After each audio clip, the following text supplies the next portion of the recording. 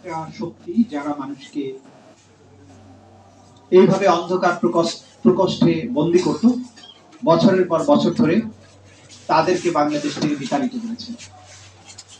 সেই শহীদদেরকে স্মরণ করতে হবে, যারা এমন সীসা ঢালা প্রাচীরের মতো দাঁড়িয়েছিল যে যারা আক্রমণকারী ছিল, হত্যাকারী ছিল, তারা পর্যন্ত বলেছে গুলি করি, মরে একটাই যায়, বাকিটি যায় না স্যার। যারা এরকম সীসা ঢালা প্রাচীর গড়ে তুলেছিল তারা কিন্তু অচেনা কেউ নয়। আপনার আমার সন্তান স্কুলে পড়ে, কলেজে পড়ে, কেউ হয়তো স্কুলেও যায় না, এমন বাচ্চাদেরকে আমি দেখেছি। 5 বছরের বাচ্চা, সে পানি নিয়ে দাঁড়িয়েছে এই বিপ্লবের সময়। সুতরাং এই জাতির জীবনের অবিস্মরণীয় অর্জনগুলোর মধ্যে জলেতম অর্জন হচ্ছে জুলাই বিপ্লব এবং 5ই আগস্টের বিজয়।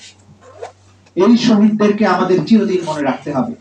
আমরা যদি তাদের অবদান, তাদের স্যাক্রিফাইসের পটভূমিটা ভুলে যাই, তাহলে বাংলাদেশে এরকম আয়না ঘরের সংস্কৃতি বারবার ফিরে আসবে। এবং আবার যদি বাংলাদেশে আয়না ঘর ফিরে আসে, 1 শতাব্দীতেও সেই আয়না ঘরের অন্ধকার প্রকোষ্ঠ থেকে জাতির মুক্তি পাওয়ার কোনো সম্ভাবনা থাকবে না। সুতরাং যে মুক্তির আলো আমরা দেখেছি, এই আলো জ্বালিয়ে রাখতে হবে। কোনোভাবেই এই আলো নিভতে দেয়া যাবে না। Plain and simple. আমরা আমাদের সন্তানদেরকে আবারও আয়না ঘরে দেখাটা এফোর্ড করতে পারবো। এই জাতির পক্ষে এটা আর এফোর্ড করা সম্ভব নয় যে হাজার হাজার মানুষ গুম হয়ে যাবে, তাদের লাশগুলো, কঙ্কালগুলো শীতলক্ষা, বুড়িগঙ্গা, সুন্দরবনে কিংবা বঙ্গোপসাগরে পাওয়া যাবে। এই জিনিস বহন করার মতো ক্ষমতা আমাদের আর নাই, এই জাতির আর নাই।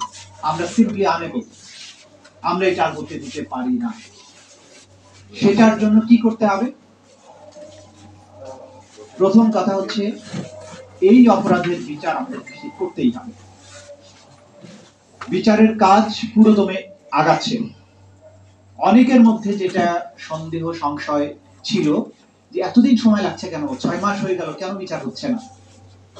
দেখুন, আন্তর্জাতিক অপরাধ ট্রাইব্যুনালের কার্যক্রম একটা আন্তর্জাতিক স্ট্যান্ডার্ড মেইনটেইন করে করতে হয়, এবং এইটা পৃথিবীর সবচেয়ে জটিলতম অপরাধের নাম হচ্ছে ক্রাইমস এগেইনস্ট হিউম্যানিটি বা মানবতা বিরোধী অপরাধ। এই অপরাধগুলো যে গুমের যে বছরের পর বছর অন্ধকার প্রকোষ্ঠে ছিল, তারা এক একটা সেল আবিষ্কার করতে আমাদের কত পরিশ্রম করতে হয়েছে, কত টেকনোলজি ব্যবহার করতে হয়েছে, কত ধরনের পদ্ধতি অবলম্বন করতে হয়েছে, এবং আমরা কিন্তু এখনো সবগুলো আবিষ্কার করতে পারিনি। সুতরাং এই তদন্ত শেষ হতে একটা যুক্তিসঙ্গত সময় লাগবে। এটা মোবাইল কোর্টের মতো নয়, ম্যাজিস্ট্রেট গেল, ভোক্তা অধিকার গেল, গিয়ে বলল আপনার সামগ্রীতে ভেজাল আছে, তাৎক্ষণিক 50,000 টাকা বা 5 লক্ষ টাকা জরিমানা করে দিল, অথবা 1 মাসের জেল দিয়ে দিল।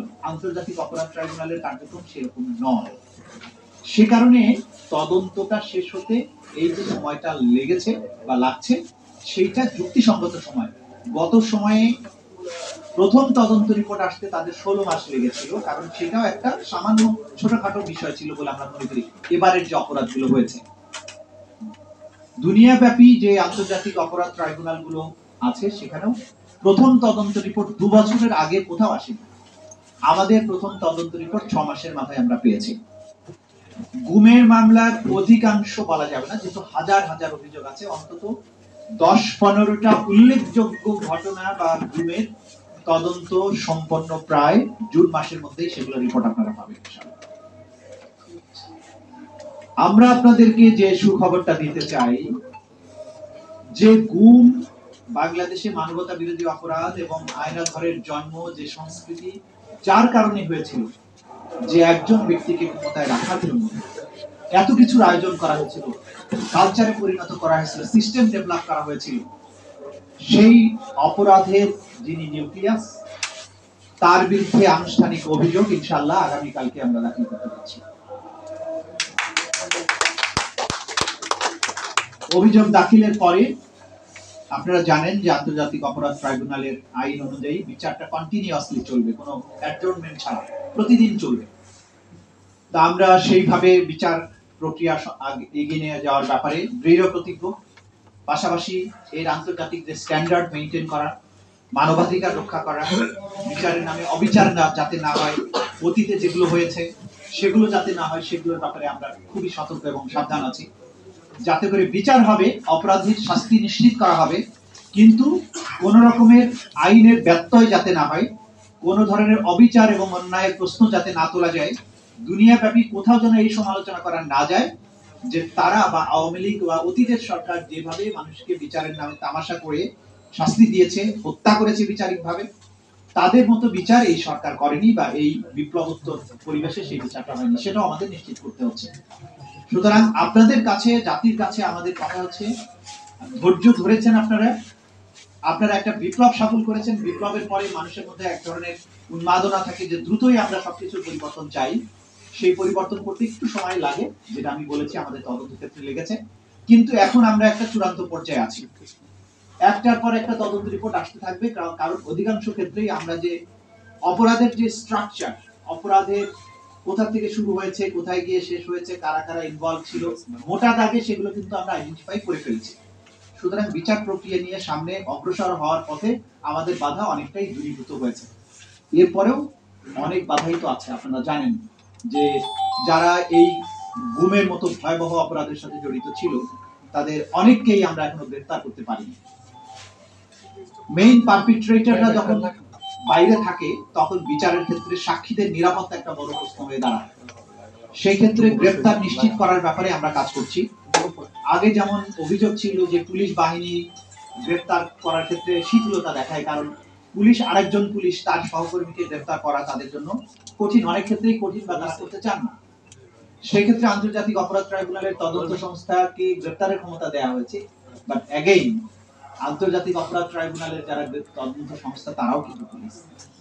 সুতরাং গ্রেফতারের ক্ষেত্রে কিছুটা সমস্যা আমাদের কিন্তু এখনো রয়ে গেছে, কিছুটা অনেকটাই আছে, কিন্তু এই জিনিসগুলো ওভারকাম করে আমরা কিন্তু ক্রমাগত সফল হচ্ছি এবং আশা করছি আগামী ডিসেম্বরের মধ্যে বিচারের ব্যাপারে বাংলাদেশ এক উল্লেখযোগ্য অগ্রগতি দেখতে পাবে।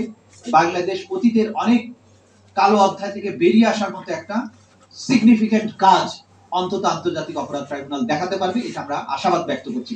কেউ এটাকে ইন্টারপ্রেট করবেন না এই অর্থে যে আমরা বিচারের সুনির্দিষ্ট তারিখ বেঁধে দিচ্ছি অথবা রায়ের তারিখ বেঁধে দিচ্ছি, না, এগুলো আমরা বলছি না। আমরা আমাদের কাজের যে অগ্রগতি হয়েছে তার আলোকে আমাদের যে পরিকল্পনা, আমরা এই সময়ের মধ্যে একটা দৃশ্যমান জিনিস জাতির সামনে উপহার দিতে চাই, এই ব্যাপারে আমরা দিন রাত কাজ করছি। যেমন আপনাদের উদাহরণস্বরূপ বলতে পারি, গত 6 মাসে আমরা আমাদের কোনো শুক্রবার, শনিবার বা সাপ্তাহিক ছুটি নেই। আমরা সকাল 8টায় বের হই, রাত 12টা পর্যন্ত তদন্ত সংস্থা এবং প্রসিকিউশন টিমের প্রত্যেকে কাজ করে। অনেকে অসুস্থ হয়ে যাচ্ছেন, হসপিটালাইজড হচ্ছেন, ফিরে আসছেন আবারও, এবং অনেকে যখন হজের জন্য তারা টাকা জমা দিয়েছিলেন তারা প্রত্যেকে হজকে আমরা ক্যান্সেল করেছি, যে হজ পরে আগে বিচার নিশ্চিত করতে হবে, জাতীয় দায়িত্বটা পালন করাটা আগে। সুতরাং আমাদের মধ্যে শৈথিল্য নেই। আমরা বাংলাদেশ শতাব্দীতেই একটা সুযোগ পাই, জাতি বা রাষ্ট্র 5ই আগস্টের বা জুলাই বিপ্লবের মধ্য দিয়ে এক শতাব্দীতে এই জাতিকে সঠিক রাস্তায় তোলার জন্য এক অভূতপূর্ব সুযোগ পেয়েছে। এই সুযোগ কোন অবস্থায় আমরা মিস করতে চাই না। ইনশাআল্লাহ আমরা বিচারের প্রক্রিয়ার মধ্য দিয়ে আর কখনো গুমের সংস্কৃতি বাংলাদেশে ফিরে আসবে না। রাস্তায় চলতে গিয়ে আতঙ্কে থাকতে হবে না পিছনে কেউ আমাকে ফলো করছে কিনা, বাসায় রাতের বেলা আমি আতঙ্কে থাকবো না ঠক ঠক করে দরজা খুলে এসে কেউ বলছে কিনা কালো পোশাক পরে যে আমার চলো তোমাকে যেতে হবে। আমরা কম বেশি এই দেশের মানুষ লাখে লাখে বা কোটি মানুষও এইরকম আতঙ্কের মধ্য দিয়ে গিয়েছি গত 15 বছর। সেই আতঙ্কের দিন আমরা আর কখনো ফিরে আসতে দেব না ইনশাআল্লাহ। অধিকারকে ধন্যবাদ জানাই, তারা সোচ্চার ছিলেন বরাবর। তাদের এই আওয়াজ, তাদের সোচ্চার থাকার কারণে গুমের শিকার মানুষদের আর্তনাদ, কান্না, আহাজারি এগুলো দুনিয়ার মানুষের কাছে পৌঁছেছে, দুনিয়ার মানুষ সচেতন হয়েছে, জেনেছে, এবং সেটা এই বিচার প্রাপ্তি বা এই স্বৈরশাসনকে অপসারণের ব্যাপারে সেটা একটা উল্লেখযোগ্য ভূমিকা পালন করেছে। ইনশাআল্লাহ আমরা বিশ্বাস করি অধিকার তার যাত্রা অব্যাহত রাখবে এবং সবসময় অধিকার হারা মানুষের পক্ষে তারা কথা বলতে থাকবে।